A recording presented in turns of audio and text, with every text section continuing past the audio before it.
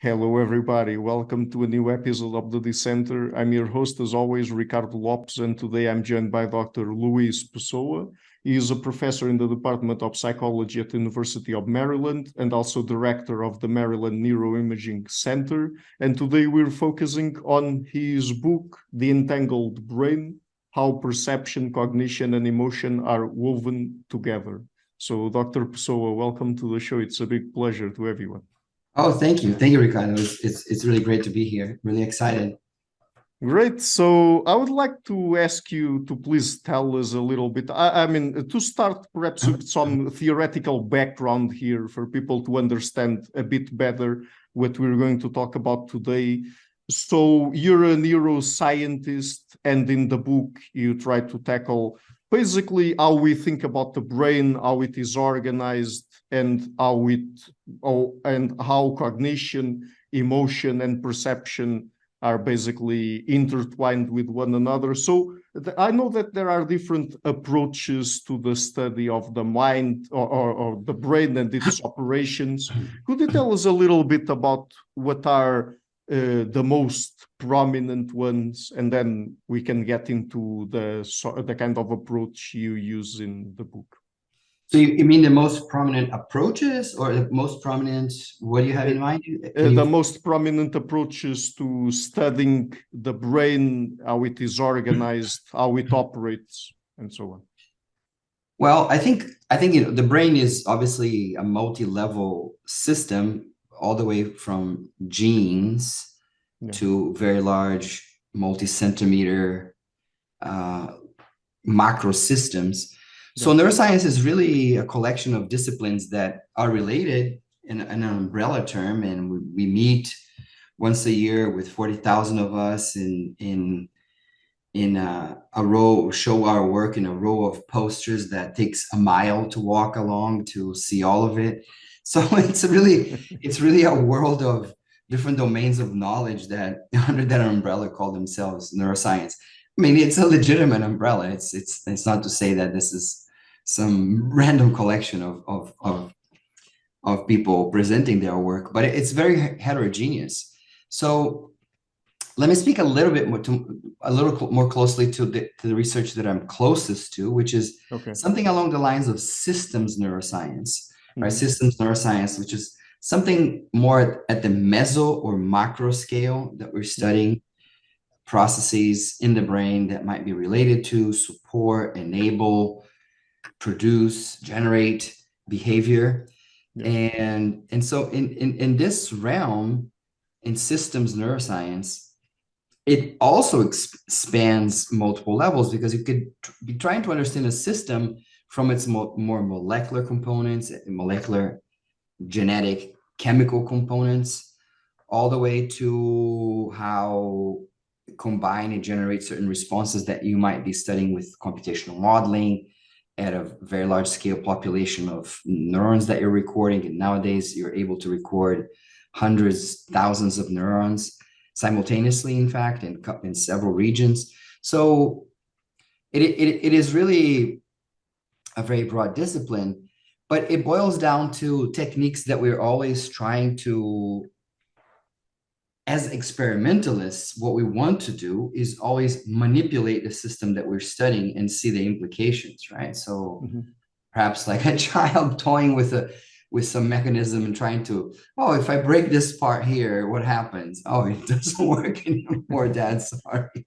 Or or I don't know, trying to substitute the piece, or I yeah, I guess the example is a little bit too crude, but essentially what we try is to manipulate the system. So what the ways that we manipulate the system are by removing parts, and we have very sophisticated tools now that we can remove parts. And obviously this started in a way that was not sophisticated at all. Literally, we'll take and excise that tissue in the 1800s, and we still do now, but in a more controlled fashion.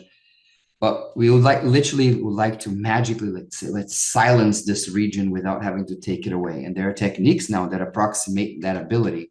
Or we would like to excite this region without having to insert some cable and electrically spread current everywhere and in an uncontrolled fashion. So now we have better tools to do that. So the tools really are tools that manipulate the system in an attempt to see the ways in which this affects perception, action, behavior, emotions, and so on, a realm of sort of these large domains that are sort of like accepted vocabulary of neuroscience. And hopefully we'll get a chance to talk a little bit about that later.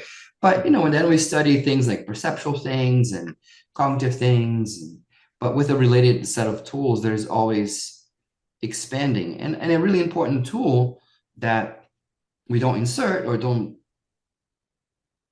take away, or it is really formal, computational, mathematical, statistical, that we're dealing with very large amounts of data that we need to somehow make sense of with theoretical computational modeling or statistical analysis, but in a rather sophisticated manner, because the data are very complex not only because it comes from a complex organ, but you might have recorded things across many sessions.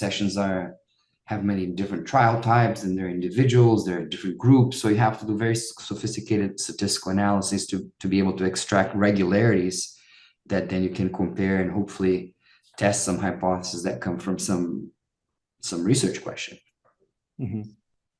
But when it comes to specifically to understanding how the brain operates, I mean, if we look, for example, at different parts of the brain and how they relate to one another, and if we look at them in isolation or in networks, for example, what do you make of the modularity of mind/brain approach? Yeah, so the modularity approach is a very natural one, right? So for instance, if you step back and we go all the way back to the origins of neuroscience, when, for instance, Broca reported his first observations with language impairment, if I remember correctly, was a report that he made in 1861. He was favoring a modular view in which a compromise, and he had post-mortem access to this tissue, a compromise in a part of right inferior frontal gyrus seemed to be the explanation, if you will, or the underlying cause of the patient who had this severe speech impediment or speech condition in which the only things that the individual could say was ton, and that became his name in the hospital. I think he lived many years in the hospital, in fact, if I remember correctly. And so that's all he could speak. So then we have this lesion and we find out that, oh, that explains a language deficit and why Tan only spoke in this way. And it's a highly localized fashion type of explanation, right? So, but even at that time, many people were trying to understand the brain in different ways or in similar ways methodologically, but coming to different conclusions. For instance, prior even to Broca, the work of a French neuroscientist and neurologist, Florence, or pronounced properly somehow in French. I'll apologize to the French speaking, but even with Broca, right? That's not how you pronounce it, Luis. Okay. Yeah, but anyway, people who speak in English. Yeah, so apologies to the people who know how to speak the proper way of names. So Florence has had a view that was completely different. It was his experiments with, I think, first pigeons and then rabbits and dogs led him to the conclusion that sensory motor deficits were always partial and depended on the size of the lesion. And so it was a much more overlapping and distributed type of organization in the brain, according to his framework, than the ones that came a few decades later. And that was kind of, now we tend to remember Broca. But it definitely was not an individual, was really a spectrum of positions and individuals in this debate with very strong opinions that was highly localized. The findings by Frisch and Hitzig in Germany, it might have been Austria, no, I think it was Germany, but on motor control, on action, given ablation and stimulation to motor cortex in dogs, I believe, again, were described in a very modular fashion. So historically, we've had these positions, but also intermediate positions. We had all sorts of intermediate positions, from a more distributed type of thing, like sometimes some people talk about it as holistic because the whole brain is involved, or a more reductionistic language, or at least this part of language is in this small part of the brain. It was a large lesion, but they were supposing that some subset of that lesion was responsible for the deficit. But ideas in between too. A neurologist, a very important British English neurologist, Hewling Jackson, had this idea of another kind of organization, a more hierarchical organization, which was sort of a more, not a completely decentralized, but with a hierarchy. So distributed, but with a very organized fashion. Right. So these ideas were circulating, and every few decades keep circulating in the field in a way that we looking from very far outside, it seems like it's like sort of like a pendulum going one direction and another direction. It gets very, and obviously, as we know, many of these questions, the answers come from the techniques that we have. We have techniques that we would always, at a given time, researchers at a given time, I think I will speak for myself, but I think we always feel really constrained by the techniques. We would love to have techniques that would do a lot more, but that's just the reality. I use as a technique in my own research, functional MRI. But could you invent a more horrible technique than functional MRI, in the sense that you put the person lying down there and you can't move, and please don't move for this next hour. And what we mean by that is don't move more than 2 millimeters. But I mean, a human moves their head all the time. So we are constrained by the techniques. And the techniques gives us pictures of what we are, sometimes literally pictures of what we're studying. And they, if not determine, they guide our thinking, right, in ways that lead us to espouse or view or obtain evidence for something that is more localized, distributed, or somewhere in between.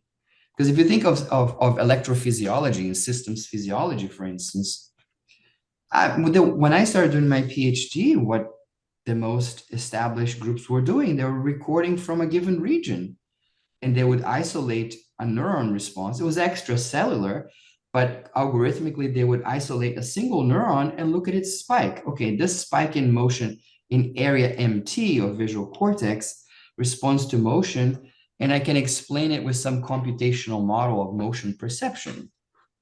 And that was because they were in one area, and they were literally one electrode, or maybe a few more electrodes, 4 electrodes, so they could look at 16 cells or something like that, and they isolate some cells sometimes. So yeah, so heavily dependent, these ideas, I think, on the techniques that we employ. And I think that not always we are so mindful of how the limitations also limit the kinds of theories and the views that we can have of the brain. And so what would you say are some of the main differences between approaching the brain through a localizationist view and, on the other hand, sort of systems approach, connectionistic approach, and or something like that? What are the main differences there? I think the main differences, I would say that the main difference is, I think let's see if this makes sense. I'll start saying it and hopefully it'll make sense. So I think I think the main difference is a philosophy or a conceptual outlook at how we study a complicated system. So we study a complicated system and we apply a divide and conquer strategy by taking the main components that we can hopefully identify. They're spatially and temporally delimited, so we can isolate. So, okay, this is the heart, and these are the lungs, and this is whatever. So you can isolate that, and they have some spatial temporal characteristics. And we study them as objects in themselves of interest. So they have some function, whatever that function is. We might not understand the function at first or ever, who knows, but we don't understand the function, but we assume that they have a function. And then through the goal of science then is to determine those functions. And a good scientist is one that can do that in a systematic, well-done manner. So they're really good at designing experiments that constrain interpretations of the data and elucidate the function of the system, part by part, piece by piece. So that's a very natural way of doing science because of the progress of engineering in the past few centuries and the ways that science has been shaped by a mechanistic worldview since the 1600s. It's almost like a natural thing. I think that if I was asked and when I was 15, how does a science study a complicated system? I would probably have guessed that way because maybe a little later, like 16, 17, when you know a little bit more about engineering and a tiny bit, a little bit more about physics, and because that seems that this divide and conquer almost seems like that's the only way, right? So it seems like how else would you approach studying something that a car is really complicated? So I'm gonna try to look at, okay, there are this differential, there's these axles, there's this gearbox, there's this piston, and I don't know, I'm not very knowledgeable about cars, but there are lots of things, a few thousand components in a car. Yeah. So the idea of reverse engineering is something that I think it comes, like we were just joking in the beginning, it was like a kid breaks it down to see, okay, if I take this, does the clock stop working? Right? So I think this is a very natural approach. And I think in addition to that, it's been incredibly successful because we view ourselves as a species, apart from the destruction that destroying the planet completely. But let's forget that if we can, for a second. We view ourselves as a species that has been very successful in developing things. Right. And we now have highway systems with cars traveling very fast compared to a century ago. They travel 100 miles, 80 miles an hour, let's say at legal speeds here, 60 miles an hour or something like that, right? So you can do it. You can travel intercontinentally with an airplane with a few hours. It can land in Portugal. So it has been very successful in science and engineering. So why not continue using that in the brain? And I think it's a natural way of doing it, especially given the kinds of manipulations and recordings that we can do in the brain, because I cannot record everything in the brain. Right. Electrophysiologically, at least. I can record everything in the brain with functional MRI. That made a huge difference, but it's a very indirect technique, and it's really not as broadly adopted in neuroscience, in the sense of not the practitioners. Obviously, the practitioners adopt it, but the results and the literature that results from that subfield is of some interest to systems neuroscientists and others, but is really taken with quite a degree of suspicion, might be a strong word, but of people are concerned that you're measuring something that is too indirect from neuronal spiking, because really what you're measuring, there are different ways of doing it, but one very common one is based on the level of oxygenation and the contrast that causes, contrast of the blood, so-called blood oxygenation level dependent contrast, which is essentially a reflection of how much oxygenation you have in a local piece of tissue. It's even measured indirectly because it's more throughout the deoxygenated part of the hemoglobin molecule. But in any case, it is indirect because it's blood related. And so the goal in neuroscience, for better or for worse, has always been, let's focus on this presumed unit of interest, which is electrochemical, a neuron with its synapse, with its spikes and its synapse. Right. Yeah. I think that you had some other parts of the question. If you could remind me, I can connect. No, but basically what I was asking you were what you thought were the main differences between these kind of more systems or complex systems approach to the brain and its operations and a more localizationist approach. Okay. All right. So let's speak a little bit about that then. So then another way of looking at the brain is from a more complex systems lens approach. Right. One in which does not aim at breaking it down. It's interested in its components too, but the main goal is to understand how the interactions between the components leads to certain behaviors of interest. So for instance, let me give an example in ecology. So if I'm an ecologist and I'm interested in the ecosystem of some part of the African savanna, what I'm really interested in is several species, how they interact, and how these interactions bring about the health or lack of health status of subcommunities of hyenas, leopards, cheetahs, what have you, buffalo, wildebeest, right? So all sorts of dozen or so species, if not more.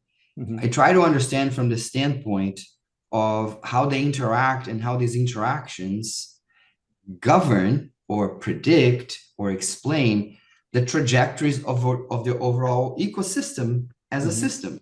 So I'm interested in the system. So I'm not interested in, I really like lions, but I'm not interested in lions. I'm interested in lions as one component of this ecosystem. So the shift is the work, if you will, is in the interactions. The interest in the work is in the interactions and how the interactions might lead the ecosystem in different future trajectories, collective trajectories, that are qualitatively different. For instance, there's a collapse, and in fact, all the species die, or they thrive, or they thrive in very different ways. I'm not an ecologist.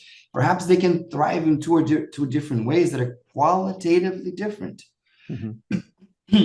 So the objective there is quite different, is understanding the collective as opposed to understanding the pieces. These can go hand in hand, right? So you do acknowledge that there are predator species, so you could understand exactly what is happening in the lion population. And the lionesses are losing their cubs too often for whatever, now it's too dry or what have you. So you could focus on those components, but you cannot understand the population of lions and or their behavior for that matter, the behavior in the population of lions in isolation from the rest of the ecosystem.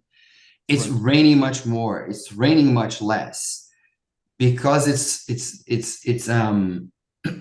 so dry now. The elephants stick around for longer, and because they stick around for longer, they deplete their resources in ways that the herbivores are just completely in huge trouble. So they have to migrate, but they migrate, then the carnivores, the lions and the cheetahs and the the leopards, they can't feed. So we have to understand this in a collective fashion. Mhm. So I think complex systems doesn't have to be any boogeyman, boogie person, strange word, or hand waving. It's just a matter of the emphasis that we're studying the system. We're studying it in a way that is collective oriented, is to the understanding of the collective. You could say my passion is understanding hyenas and how they forage at night, and then how this foraging pattern changes when they have new pups. That's totally fine. In fact, that is incredibly important information, and we need to understand that to understand the complex too. So I don't have a problem with a person who wants to understand. I have many colleagues that study, okay, I've studied the amygdala for decades. Mhm. I don't think there's a problem with that. I think the problem is that if you try to understand the behavior of the amygdala or of lions in isolation from the rest, because in a highly interconnected system, again, going back to that analogy, the work is done via the interactions. And so the functions themselves of the amygdala cannot be decoupled from how it's working within a collective of regions which are influencing it, in which it influences, and there are important feedback loops, and there are nonlinearities in the system that can change the qualitative behavior of the amygdala and of the system in ways that you would completely miss if you didn't have that more collective, distributed, holistic approach. I know that some of these words are actually not viewed in any positive sense anymore, like holistic. That sounds like, just completely, it almost sounds like some mystical thing. It doesn't have to be at all. It's just, yeah, it can be used and it has been used, but pretty much every word has been used for good things and for bad things. Holistic just means that it's really, and doesn't mean to be, you can define what type of holism, right? Because you can think of holism as the whole universe. No, we mean holism in a sense of, what do we mean by holism here? Is that is heavily interacting with a very large set of structures in the brain that are not just confined to 2 or 3 main partners. It's not they're just receiving inputs from the hypothalamus and some kind of inhibitory control from medial prefrontal cortex in cortex. It's talking to many different partners in spatial temporal patterns that will depend how the amygdala itself is working and is functioning, and the larger system as well. Mm-hmm.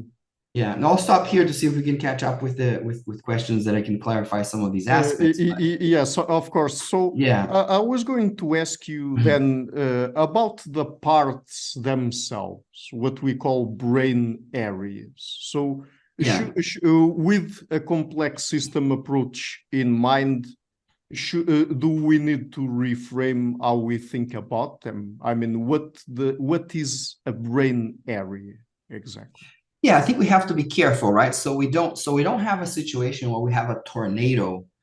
I'm not a physicist of tornadoes, but that doesn't have a really well characterized subcomponent. So the brain is highly structured. So for instance, if you go in cortex is defined by its lamination pattern, the layers. Let's say typical cortex that we study when we go to and have a class, a course, we study it has 6 laminas, and lamina 4 is really important for inputs from the thalamus if it's a sensory region. But not all areas have the same lamination pattern. Not all of the cerebrum has the same lamination pattern. So we could actually take that information and say, what is exactly the shape of the profile of lamination and the cell types and the densities of layer 3 or layer 5, or the existence or not of layer 4 and how wide it is. If we do that, we see a spectrum of areas, And if we want to classify things, then we can say, okay, I'm going to operationally define an area as the boundaries between these two things, because you can see that layer 4 here expands in this region to the right compared to this region to the left. And I'm going to draw this line here. So this is area 1 and this is area 2 or what have you. So areas would be defined by their cytoarchitectonics, you know, the cells, the types, their densities, their distribution. And now you can add many other variables, right? You can do something on their chemistry, something on their genetics, something on many other domains. So you could carve out the space of the cerebrum, of the cortex, into a series of areas. Or you could do something that is more heretic and say that we should view it more continuously as gradients along different dimensions, genetic expression dimensions, chemical properties, cell type properties, layering properties. So we could also try to do that in a multivariate space and say, in this multivariate sense that I'm defining, I see slightly different ways of carving this cerebrum, this cortex. So it is possible to define areas, but it is a lot less straightforward than we assume. It's very easy to get an atlas, and we might get even an atlas from 1908 and say Brodmann area 46, or some updated version of it from later. But the principle is the same. But in many cases, in most cases, it's very hard because there's a continuum of lamination or other properties. And we decide to relatively arbitrarily, I'm not saying it's random, to put these delimitations, these fences, and say, okay, this is 46. This is area 9. This is area 10. This is area 11, 11A, B, and so on.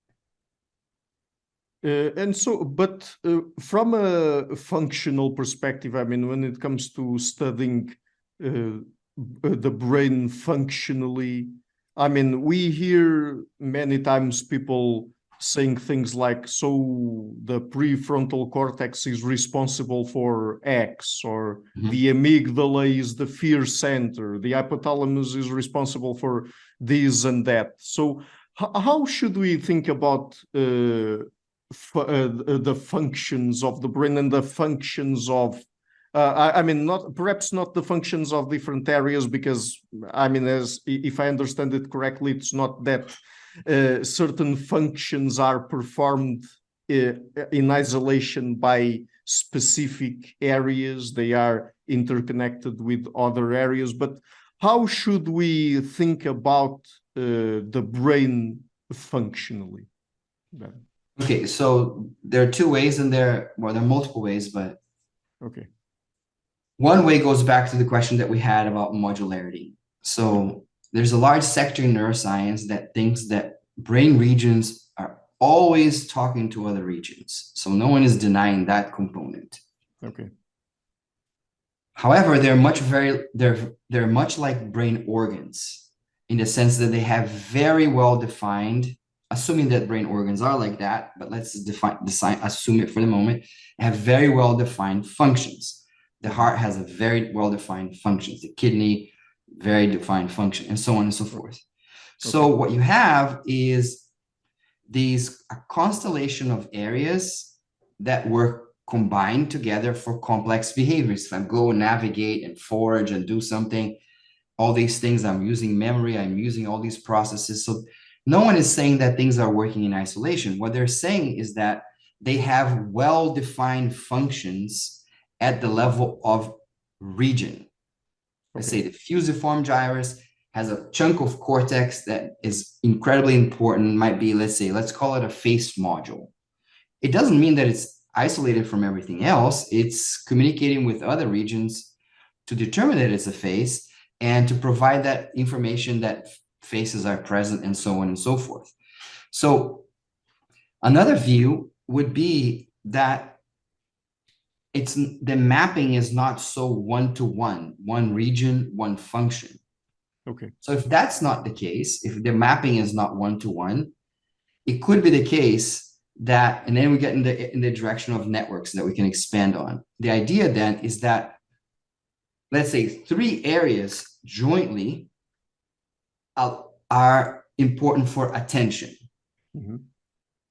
But it's really the 3 areas, or 6, or however many, but usually we tend to think still to this day in relatively low numbers. So let's say 3 areas, something in parietal cortex, something in frontal cortex, something in medial prefrontal cortex, or something like that, are really important for attention. Mm-hmm. That doesn't mean that they're completely amorphous parts of the brain that only in combination with the 3 do attention, in quotes, scare quotes. Let me backtrack. It means that collectively they are responsible for attention, let's suppose. Mm-hmm. But that doesn't mean that the 3 are equipotential and unspecified entities that have no differences. Let's say it's not 3 Lego components that are identical that I just link up and then I say, oh, and now I have a triangle because, right? No, they can have their individual flavors too. Okay. So for instance, one can be more sensitive to motivational factors, like for instance, how motivated someone or how much reward one anticipates. The other one can be related to some other spatial aspects of attention. It's in the spatial field. Let's say parietal cortex. There's a large tradition of viewing parietal cortex heavily involved with spatial processing. So it makes sense that those parts contributed to attention in large manner given the spatial component. And there could be some parts in prefrontal cortex that perhaps are more of the control kind, again, in quotes, controlling. So so attention is not in the prefrontal cortex. Attention is not in parietal cortex. Attention is not in the medial prefrontal cortex. So let's say lateral and medial and parietal. It's the network, but the network has differentiation as well. So that's another view that people can try to attribute function to structure in the brain that goes in the direction of networks. One of the differences then you can see is the extent to which well-defined and isolate the regions functions that you can completely isolate. Yeah. What is the extent to which you can do that? You can completely isolate them versus they do something that is more collective, cooperative. Yeah. So in the example that I gave, the fusiform gyrus, it passes on its face-related information because I'm not doing anything just with faces, right? I mean, I can even see your posture if you had a different posture. So anyone, even if I think there's a face module, I would say, of course, I have to see how you're moving. I have to see, I don't know, in these days if the fusiform view of the fusiform module, what it thinks about facial expressions or not, but I have to determine these other aspects that perhaps are elsewhere in the brain. So no one is denying that, but there is a very clear-cut function of face, talking, describing, determining faceness, face processing. So you can see the spectrum in the sense that you could have a distributed network that does face processing, that does some aspect in that location in the fusiform gyrus, some aspect of face-related processing, but it really depends in a more distributed fashion to others. So it's really a spectrum, I view.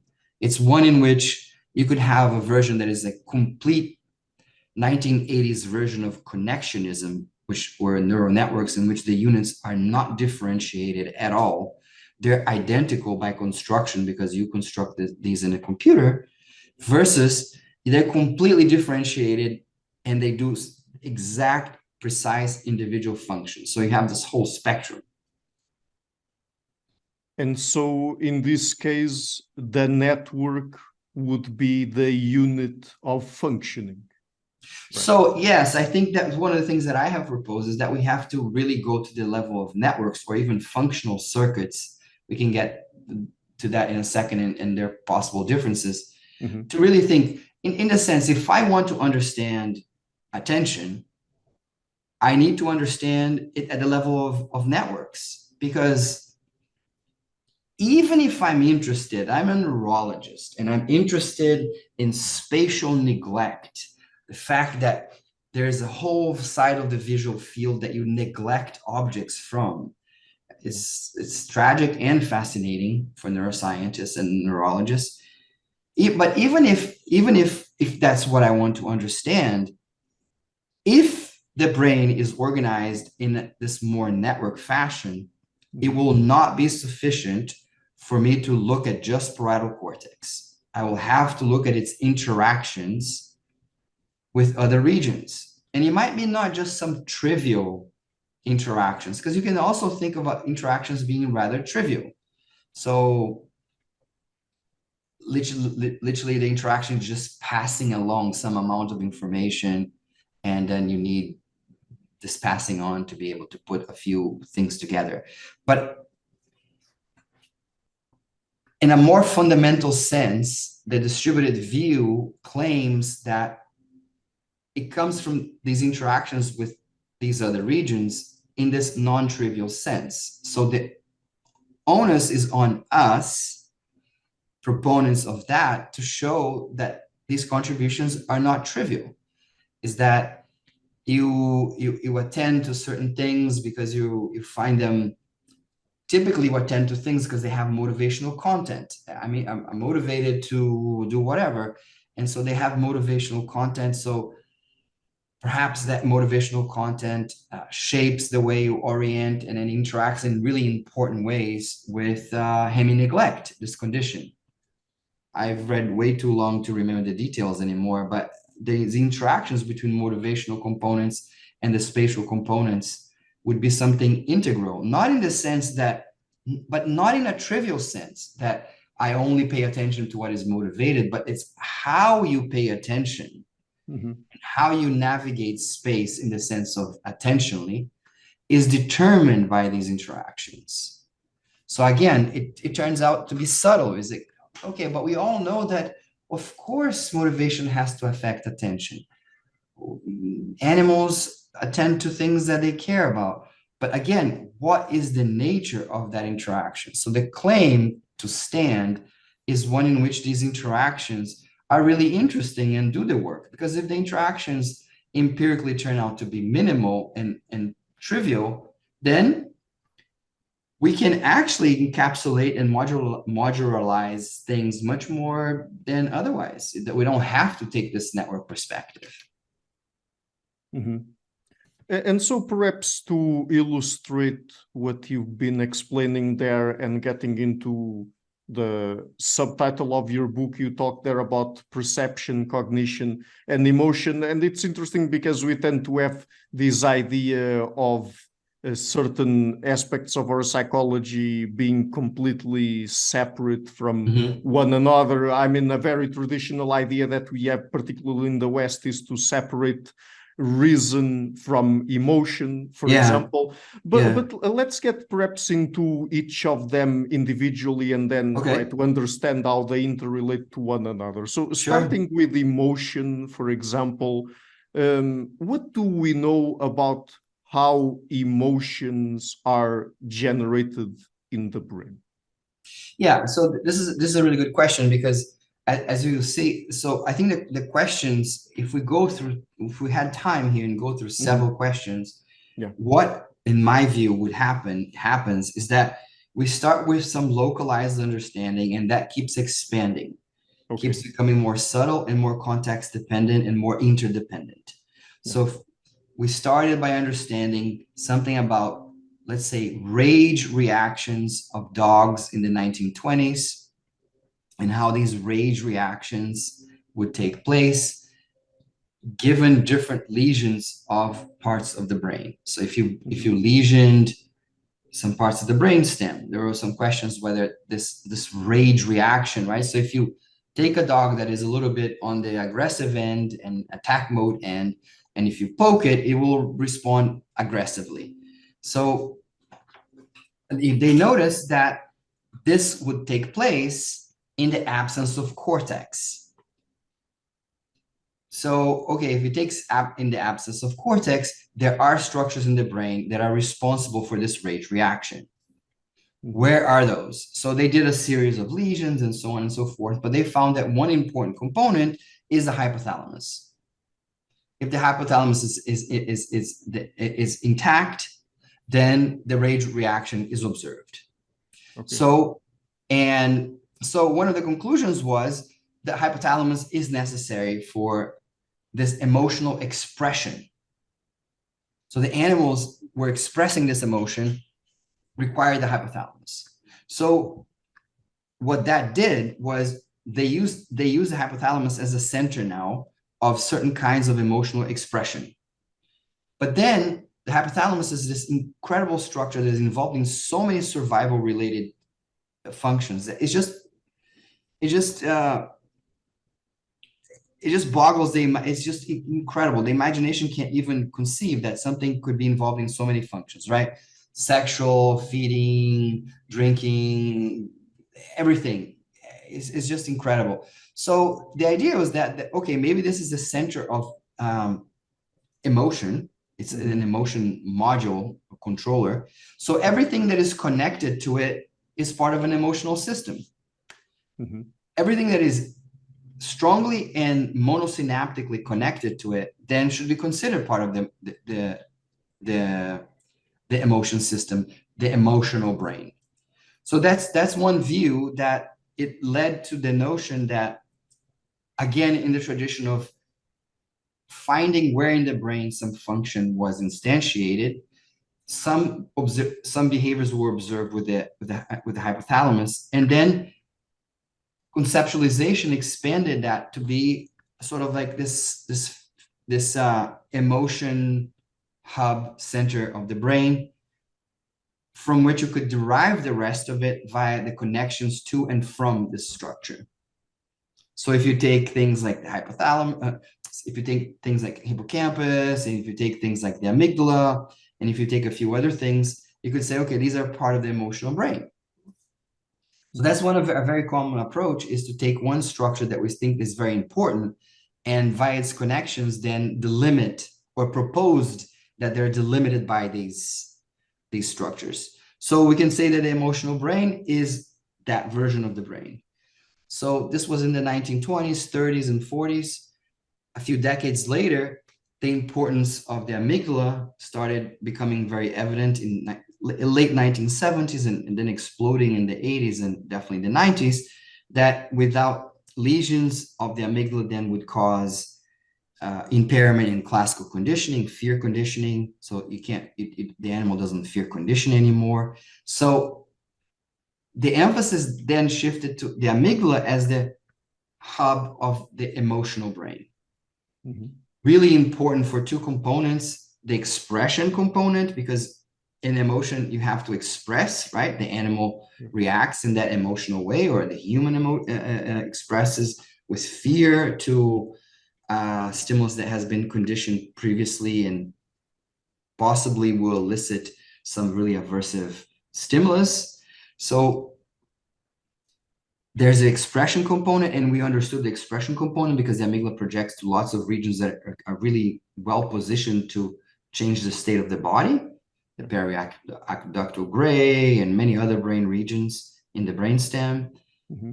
And it also, even more importantly, the brilliant and important work by Joe Ledoux showed that cellular changes in the lateral amygdala paralleled the stages of learning, fear learning. So this mapping was really beautiful and really led to the consolidation that it was not just something, it was much more interesting than just the hypothalamus story, because the hypothalamus story was more like expression.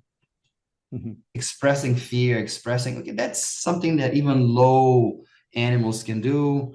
And so let's look at something more interesting. And learning was really important. Well, it turns out that learning can also do across animals, which is important.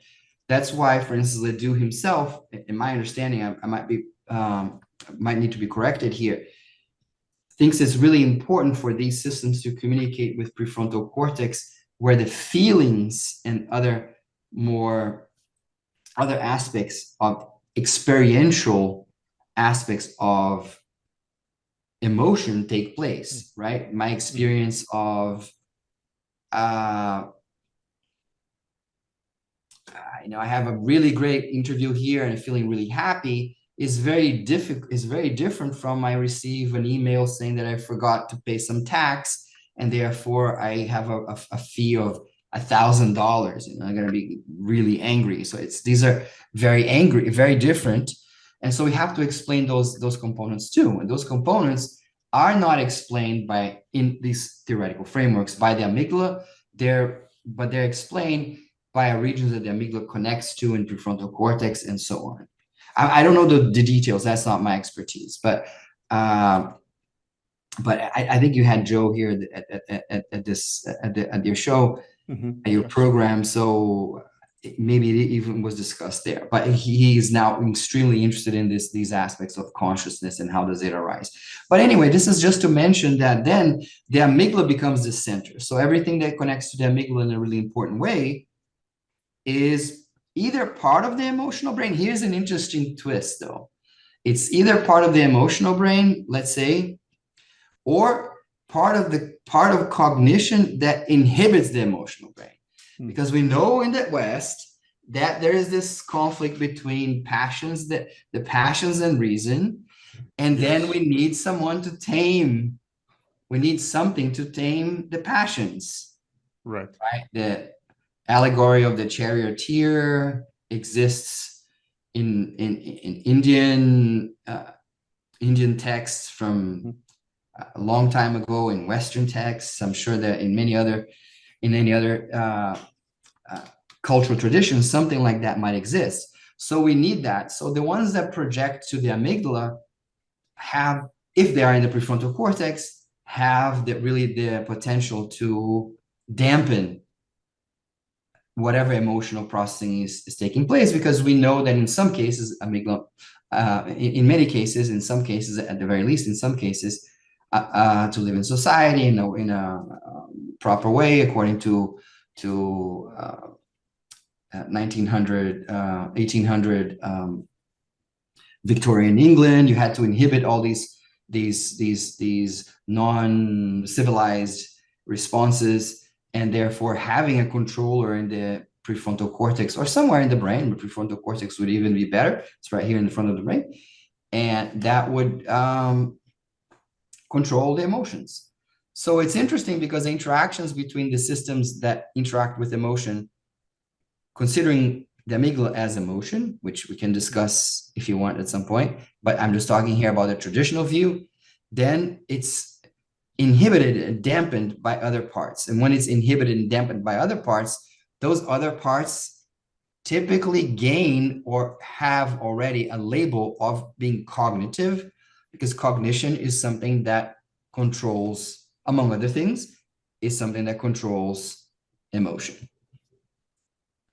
Okay, so let me ask you this then. Do you think that with this framework in mind, it makes sense to strictly separate something like cognition from emotion, emotion from perception, perception from cognition, and all of that? Well, Ricardo, I mean, the book was my intent in writing the book, whether it was successful or not, but my intent was in writing the book was the following. We all can get textbooks and other really nice books that have been written that present a more a systematic view of the brain in terms of these pieces of these components, and they might even have a structure. Let's say if they are a textbook, for sure they will have a chapter for perception, a chapter for these individual domains or subdomains, right? Because cognition is really broad, so you have attention within it, and you have memory within it, I guess, or you have I mean, some classification system, right? So Mm-hmm. in writing the book, The Entangled Brain, the goal was to provide an accessible text that acknowledged those findings and that tradition, but push the reader to think about whether it breaks down. Mm-hmm. So it was not to, from the beginning, say, let's discard everything that's been done, just look Mm-hmm. at the brain like this. Yeah. You know, I'm this genius, I created this new view, follow me. The goal was very different. In fact, they created some confusion in the reviewers because they say, why do you talk about complex systems in chapter, whatever it was, 8? Why do you talk about evolution in chapter 9? And then only then in chapter 10, you put things together. Why not have a primer on complexity in the beginning?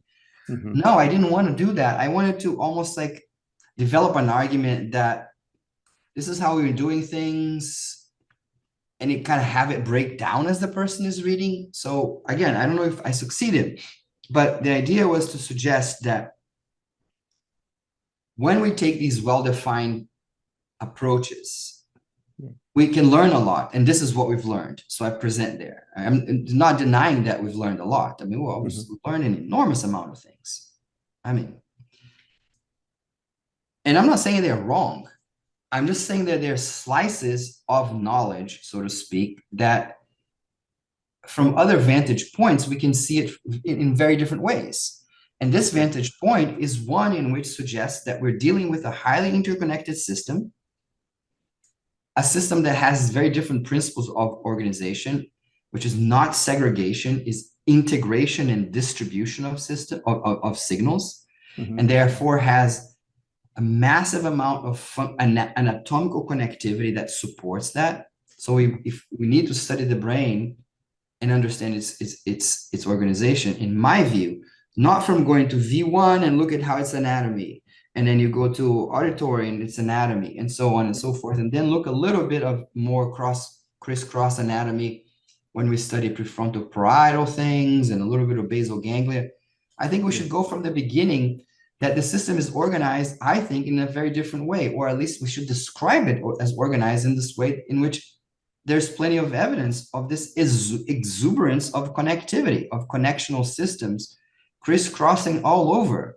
So you don't have these islands of things that can operate really in an isolated fashion. You don't have an island in the Pacific that can develop a certain culture or computation that is totally independent of another, because it's their, they don't live on an island. They live like next, they're talking to each other all the time. It's like right now, a little bit what's happening with culture.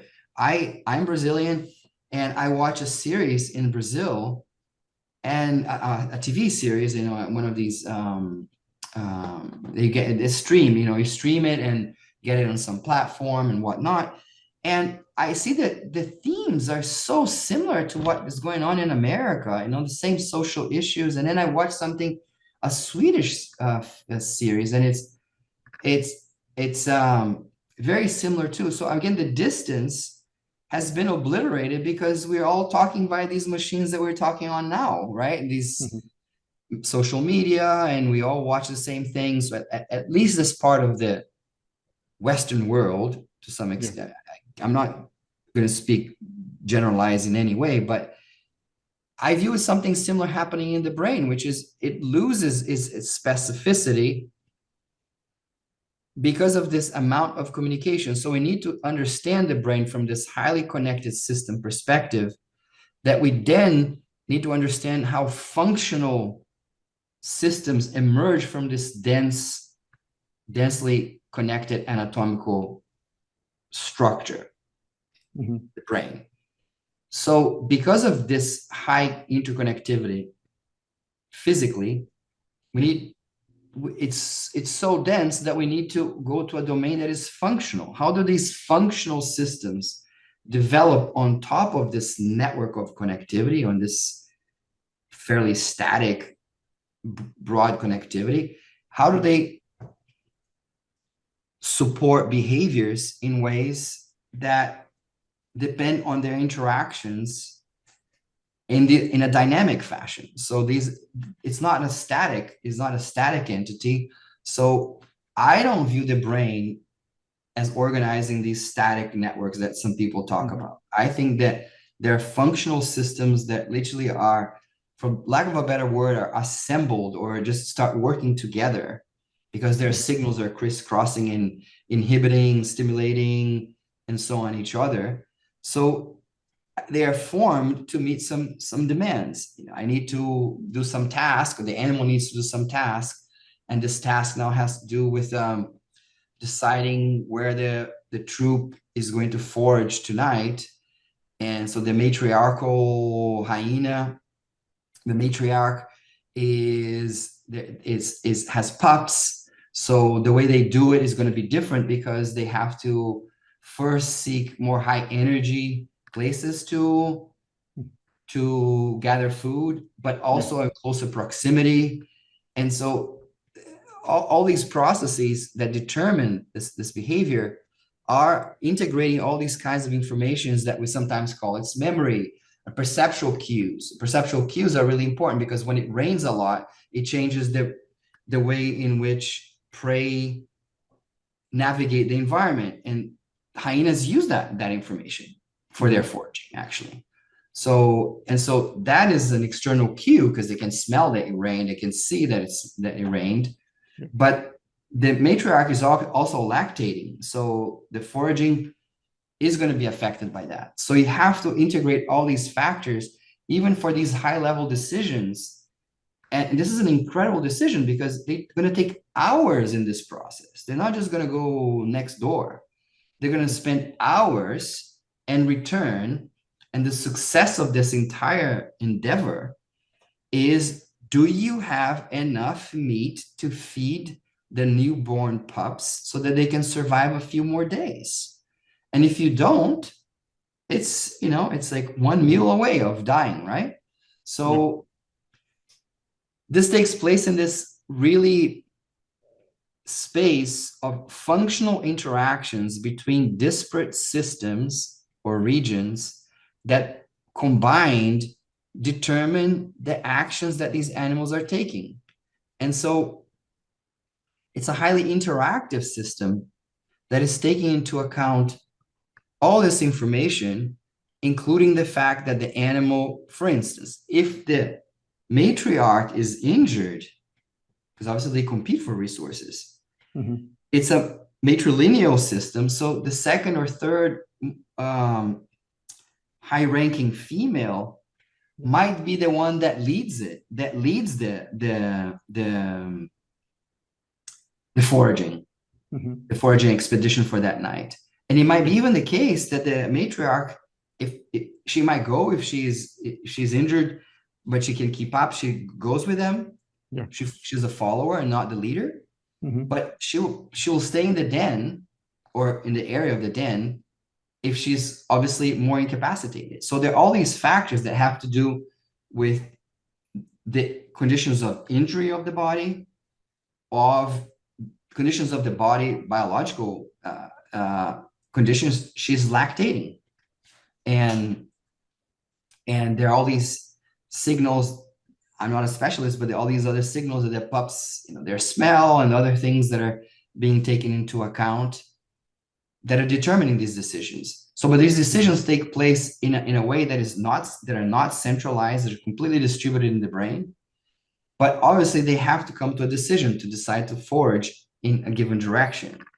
So the organization is one that is highly distributed based on dynamic circuits, dynamic functional circuits. That sometimes I call them functional networks too. These are not the networks that we talk about in fMRI. If you or your listeners are aware of them, it's not like the 7 canonical networks of fMRI humans in a scanner. I'm talking about networks in a very general sense of a coalition of brain areas that assemble to support certain behavioral demands that enable that demand, that enable that, let's say, that foraging commute journey that they're going to have.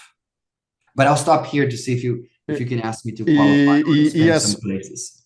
Yes. Could you please just clarify what does it mean exactly for networks to be dynamical? What does dynamical mean in this particular context? Okay, yeah. What it means to a network to be dynamic is the following. So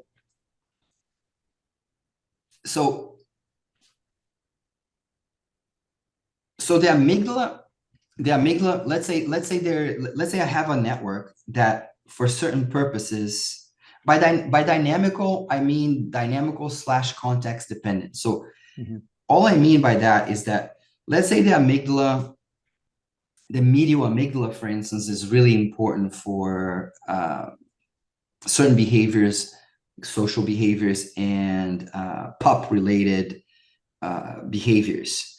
So let's say the medial amygdala, or parts of the amygdala, including the medial amygdala, are interacting with the hypothalamus Mhm. and some other brain regions, and taking into account, let's say this part I'm making up because I don't know the behavior or the physiology, but I'm just giving you an example. Let's suppose Okay. this makes sense, which is like they're smelling the pups to see if they're healthy, or I don't know, gauging visually that the pups are not skinny, not that, because if the pups are food deprived, then the urgency of foraging is higher, and it will change the decision making. So in any case, so these regions are sort of involved in this process, and they form a functional circuit. So there are 5, 10, a dozen regions that are interacting, let's say, for the mother to determine the health status of the pups. Okay. So in that condition there, which would be like in the lab would be one experimental condition, if we could ever find a brilliant way of doing that, the amygdala is interacting with a certain set of partners. However, there will be other behaviors, or there will be other contexts in which many of those regions that were in that, I'll call that network one, the network one with the pups, smelling the pups. It's going to be involved with the smelling of the pups. Many of those regions will be participating with other units. I don't like the word units, but other members, parts of the brain, in other behaviors. Like, for instance, perhaps they interact with the hippocampus and with other regions that have information about some aspect of navigation, which they take into account. They actually visit old dens and they visit old dens, and they visit old prior places in which they have been successful in obtaining food, carrion typically, that they obtain. So in that case, these regions now are forming, let's say 3 of the regions that were participating in network 1 are also participating in network 2. Okay. So that's the sense that I'm saying they're spatial and temporal, and they're always evolving. There's one qualification to this story, however, that I'd like to make briefly here. And I know that it's a little technical, but I like to make this because it's the recent push to salvage a completely reductionistic version of this argument that I'm giving, which is the following. It's not that these regions, 3 regions of network 1 participate in network 2. It's still modular in the following sense. There are subpopulations of neurons that are engaged in smelling the pup and assessing if the pups are healthy and whatnot in some regions.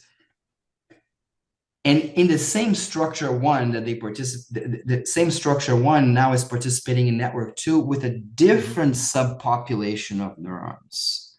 Because what has happened with new neural techniques, people are able to see that, for instance, the amygdala, even like, for instance, a sub-territory of one nucleus in the amygdala has, let's say, 6 to 10 subpopulations of neurons. So one suggestion is that's where the modularity is. The modularity is not at the level of region, but clusters of cells that have some same chemical genetic identity, without which we're going to be lumping all together and missing that they're actually doing these mini functions. Mm-hmm. So that's the direction that neuroscience is going now, which is exciting because we're finding a lot of diversity in this, in neurons are not just neurons. But to me is also a big risk if we just completely blindly go back to thinking that we have to find these individual units, that it's really completely segregated. This cell type within the lateral amygdala does only this function. This other cell type right nearby or even intermingled with it spatially, but you can identify because you have a chemical marker, a genetic marker, is doing something different. So it would be a hyper reductionistic type of approach that would claim that now we have the right unit, which is at the cell type. Neurons are not neurons. Neurons are hundreds of different types, and we have to study them by grouping neuronal group by neuronal group. I'm not opposed to studying neuronal groups, but I just worry that it can lead to a very hyper reductionistic view of brain function. Like, again, we're going to go back to what are the minimal functions from which we can explain everything. Mm-hmm. So it's like what are the atoms, right? We're trying to, like, what is it, getting back to what are the fundamental units in function space that sort of span, if we put them together, they form a basis and I can explain all of behavior. Mm-hmm. Yeah, I understand. So for the last part of this interview, I would like to get into a topic that you also explore in the book that we haven't got into much yet. So from an evolutionary perspective, there's this common idea that through time and across different species, what happened when it comes to brain evolution is that it was just a matter of adding or subtracting parts to the brain. Does that make sense? Yeah, so one of the things that happened in the early 1900s, for the very first time, I think his name was Edinger. I'm getting older, so terrible with names. Edinger published, I think, in 1999, but it came in English. An English translation was available, I think, in 1908. He probably the most comprehensive, detailed version of the neuroanatomy across many vertebrates. And he noted that in some cases, it seemed that some animals seemed to have the same parts, and other parts were almost like on top of it, right? So that it was like, okay, you have a sophisticated mammal that is a basic mammal, but with more on top of it. And a mammal is a sophisticated version of a lizard because it has something that the lizard has, that reptile has, and more, and so on. So this idea was very clearly articulated by Edinger in his book, and he gives examples, like literally you could do this insertion or deletion and whatnot, explicit examples. I don't know the history because, you know, sometimes we repeat, we discover things independently, but I wouldn't be surprised if Paul MacLean in the 40s, when he suggested the idea of the triune brain, that this reptilian part and then a mammalian part, and I don't even know exactly the scheme because I try to not learn it as much as I can. Yeah. But and so the ideas of these additions then was a very common theme in evolutionary anatomy, at least until the 1960s. So with the advent and development of new techniques that really allowed us to understand the organization of the vertebrate brain and the structure of the forebrain in particular, and the structure of the forebrain of animals that are not mammals, that have a forebrain with a structure in the anterior end or superior like us, that is the pallium, that has this common embryological origin as what in mammals leads to the cortex. So there are enormous amounts of development in the 60s and 70s that completely challenged this view, and that really showed that it was a really unsupported view, or poorly supported view, and a poorly supported view prior to the findings, but completely non-supported view with the more recent findings that really are much more consistent with a reorganization of the systems based on the taxonomic group, or even within certain taxonomic groups. Certain mammals will have very different brains because of the habitats and niches that they inhabit, right? So carnivores are very different from herbivores, and that are very different from what have you. So this notion of the brain having these added components with evolution, I mean, it's almost impossible to not look back at the history of thinking and just think that we've always thought of this ladder of progress. I don't know, you might know, I don't know if Aristotle proposed this first, but this ladder of progress that culminates in the divine, right? And originates in things like, I think even outside the ladder, there are rocks and other things, and then the ladder has the most basic things, and then has plants. But essentially, it's a ladder that culminates in the human. Oh, sorry, no, it culminates in the divine. Right. But obviously, no one has the illusion of divine. So we're animals. So we stop at the top before I think before angels or something. I forget what it is. But I think that maybe what you are referring to is what is a chain of being that perhaps some Christian theologians believed in. Yeah, it's called the chain of being, the scala naturae, and there's different ways of referring to it. Yeah, yeah, for sure. So I can't imagine that didn't shape so much of the view of having then a human, which, okay, what are we different from others is that we have this stuff.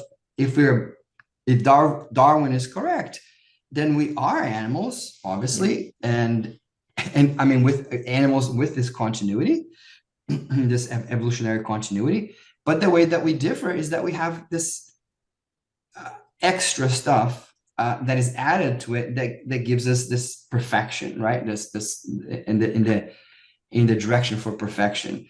So I think it was very simple to do that, especially because it so happens. I don't know. I never thought about this or read about it, but I don't know if it's morphologically would have worked for the pallium and the cortex to be in some other place, but the fact that it's outer and the top in upright animals, it also doesn't help, right?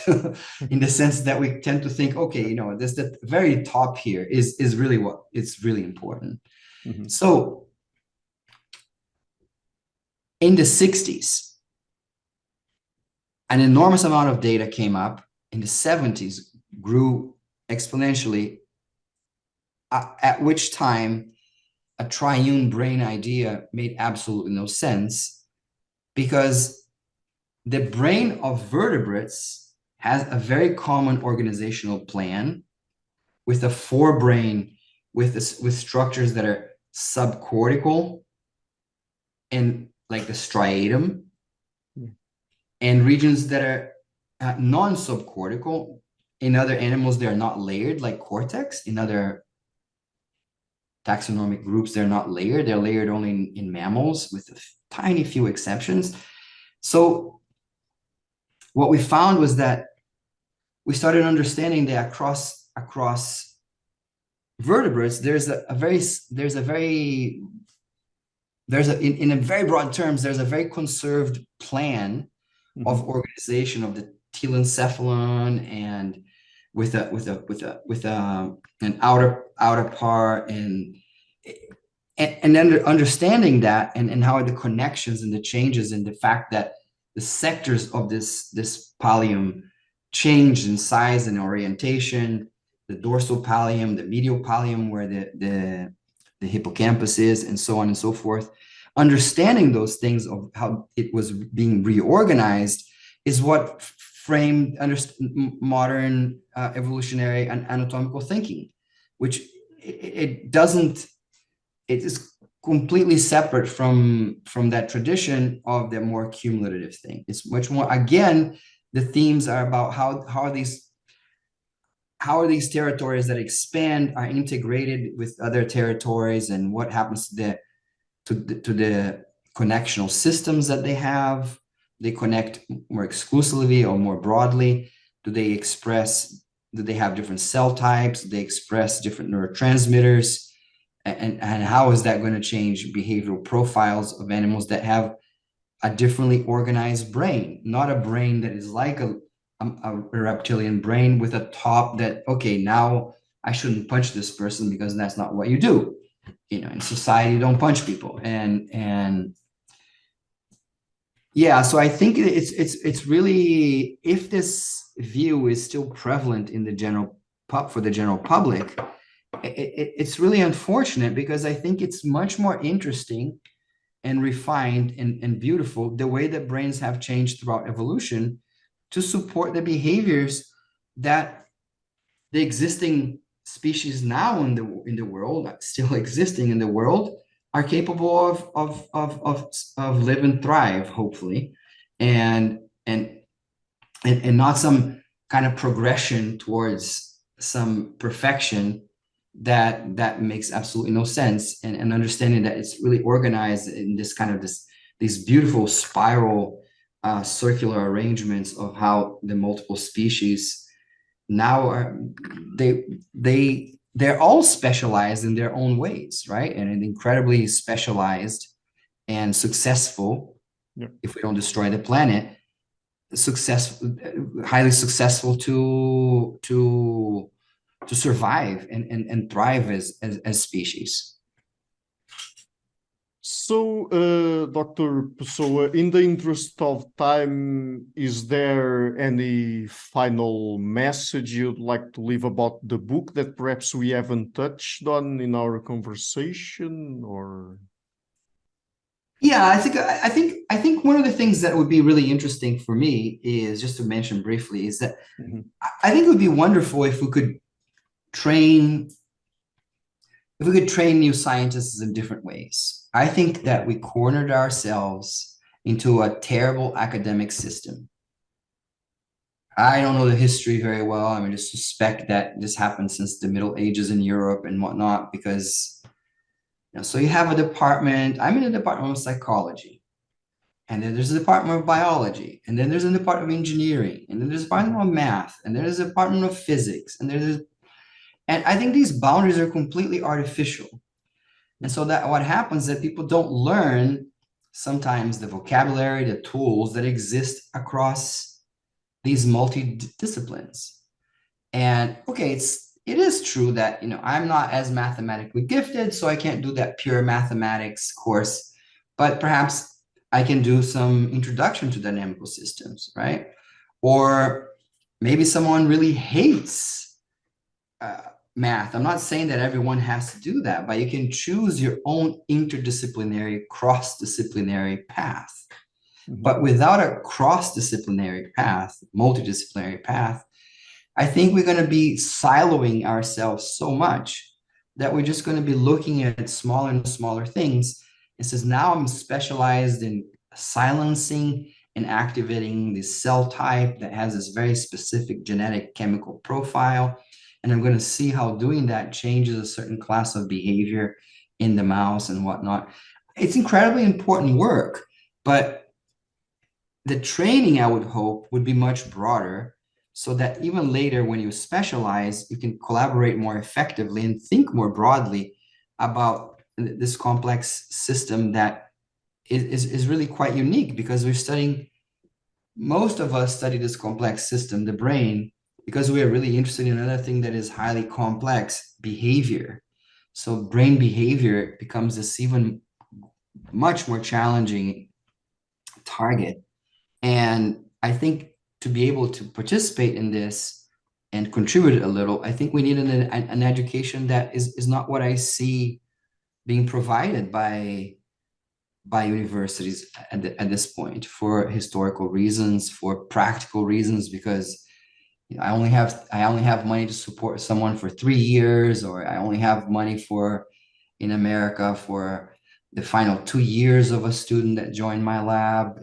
And so, yes, I mean, we have these constraints, and I'm not naive saying that we can overnight change it, but I think that I would hope we'd be able to change some of it, because all of us, or many of us, many of us, got into science for these fundamental questions and how things interact with each other and whatnot, and not interacting in the sense that I was saying, but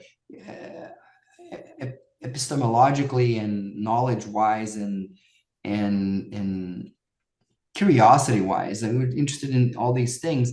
But then we kind of like have to single track and do something. Certain single track things are really important. You need to learn some really important statistical techniques and cellular techniques and whatever techniques, but we need to also have the broadening and promote both, in my view. Yeah, that's it. Yeah.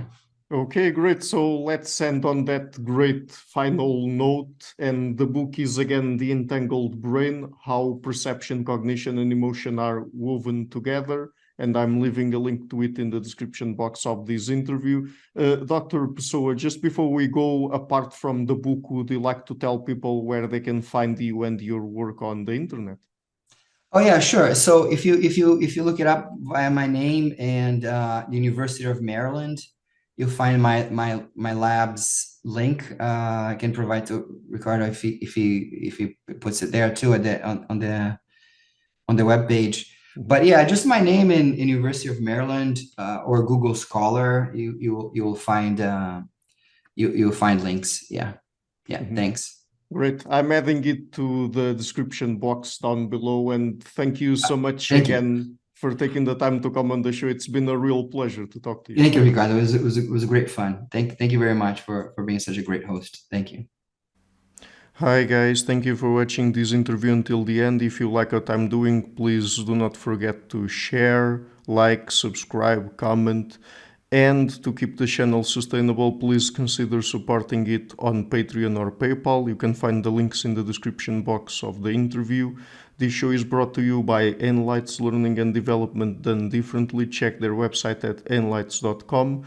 I would also like to give a huge thank you to my main patrons and PayPal supporters: Perga Larson, Jerry Mueller, Hans Frederick Sunda, Bernardo Seixas, Olaf, Alex, Adam Kessel, Matthew Wintingbird, Arno Wolf, Tim Hollis, Eric Alenia, John Connors, Philip Force Connolly, Dan Demetriou, Robert Windiger, Rui Inácio, Zup, Marco Neves, Colin Holbrook, Simon Columbus, Phil Kavanagh, Michael Stormer, Samuel Andreev, Francis Ford, Tiago Nunes, Fergal Cusson, Hala Herzog, Nuno Machado, Jonathan Librant, João Linhares, Stanton T, Samuel Correia, Eric Hines, Mark Smith, João Eira, Tom Hummel, Sardus France, David Sloan Wilson, Yacila Dez Araújo, Romain Roach, Diego Londonio Correia, Yannick Punter, Adana Rusmani, Charlotte Bliss, Nicole Barbaro, Adam Hunt, Pavel Ostaszewski, Nelek Bach, Guy Madison, Gary G. Elman, Sam Afzal, Adrian Yeague, Paulo Tolentino, João Barbosa, Julian Price, Edward Hall, Edin Bronner, Douglas Fry, Franca Bortolotti, Gabriel Pons Cortez, Ursula Litska, Scott, Zachary Fish, Tim Duffy, Sonny Smith, John Wiseman, Daniel Friedman, William Buckner, Paul George Arnaud, Luke Lowacki, Georgios Theophanos, Corizio Williamson, Peter Walazin, David Williams, Diogo Costa, Anton Erickson, Charles Morey, Alex Shaw, Amari Martinez, Coralie Chevalier, Bangalore Atheists, Larry D. Lee Jr., Old Errington, Sterry, Michael Bailey, Dan Sperber, Robert Grassi, Igor N., Jeff McMahon, Jake Zool, Barnabas Radix, Mark Campbell, Thomas Dobner, Luke Neeson, Chris Story, Kimberly Johnson, Benjamin Galbert, Jessica Nowicki, Linda Brandon, Nicholas Carlson, Ismael Benzliman, George Coriatis, Valentin Steinman, Per Crowleys, Kate Von Goller, Alexander Hubbard, Liam Dunaway, BR, Masood Ali Mohammadi, Perpendicular, and Jonas Hertner. A special thanks to my producers, Isar Webjim, Frank Lucas Tafinia, Tom Vanagdam, Bernard Hugni, Curtis Dixon, Benedict Mueller, Thomas Trumbull, Catherine and Patrick Tobin, Giancarlo Montenegro, Alnick Ortiz, and Nick Golden, and to my executive producers, Matthew Lavender, Sergio Codrian, and Bogdan Kanivets. Thank you for all.